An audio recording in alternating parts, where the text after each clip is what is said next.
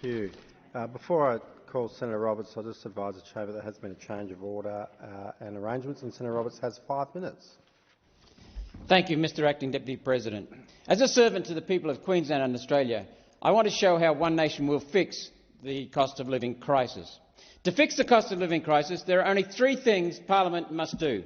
Stop the flood of immigration into this country to fix the housing crisis. Stop the chasing of UN net zero pipe dream to fix energy bills. Stop the Reserve Bank printing money out of thin air to fix inflation. Every time we hear about the number of immigrants coming in, the number goes up. Just this week it was reported that Deutsche Bank predicts that net immigration for the financial year will top 530,000. Net immigration. That does not include temporary workers. It does not include students, which the total is 1.2 million. 1.2 million in 1 year. That's more than the entire population of Canberra arriving in 1 year. In fact, it's almost double. It's almost triple. Immigration is why we have a rental crisis. It's why we have a housing crisis. It's why many young people will never be able to buy a home. The big business donors to both Liberal and Labor benefit from big immigration.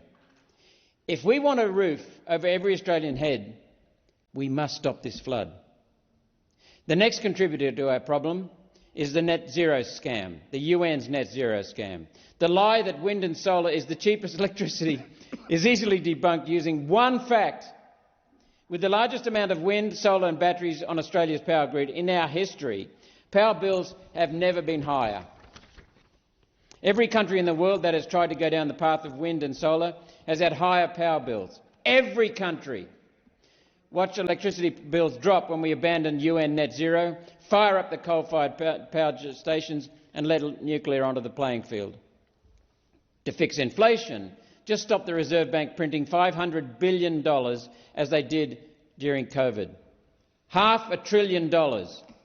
That way the Reserve Bank doesn't have to try and send mortgage holders broke to fix the inflation the Reserve Bank caused.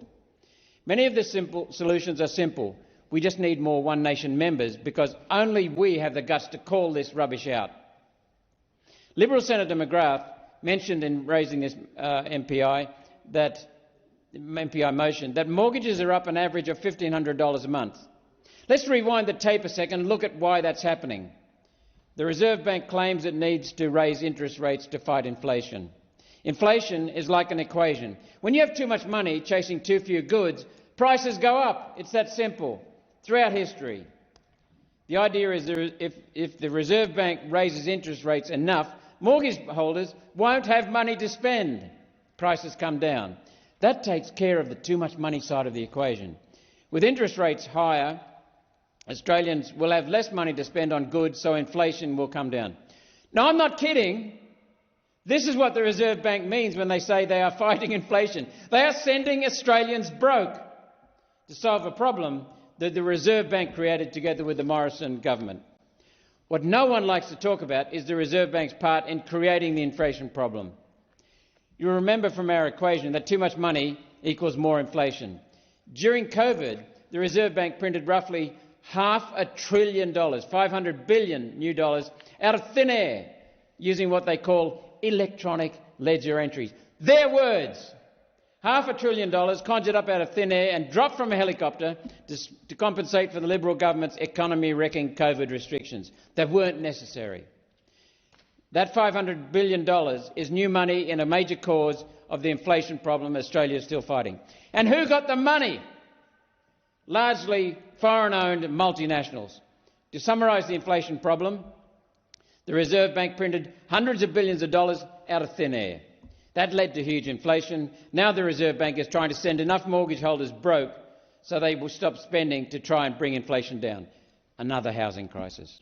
Lockdowns devastated our economy, our businesses. That cut the supply side, which meant fewer goods, which meant prices for those fewer goods raised. Inflation. No, this isn't a comedy skit.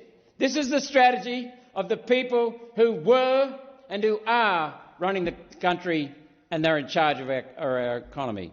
Every single part of this happened under the direction and watch of the supposedly conservative Liberal National Coalition government.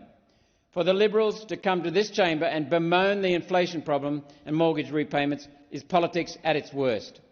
I said earlier in the week, with this economy, that the Liberal National Coalition government gave Labor one of the largest hospital passes in political history.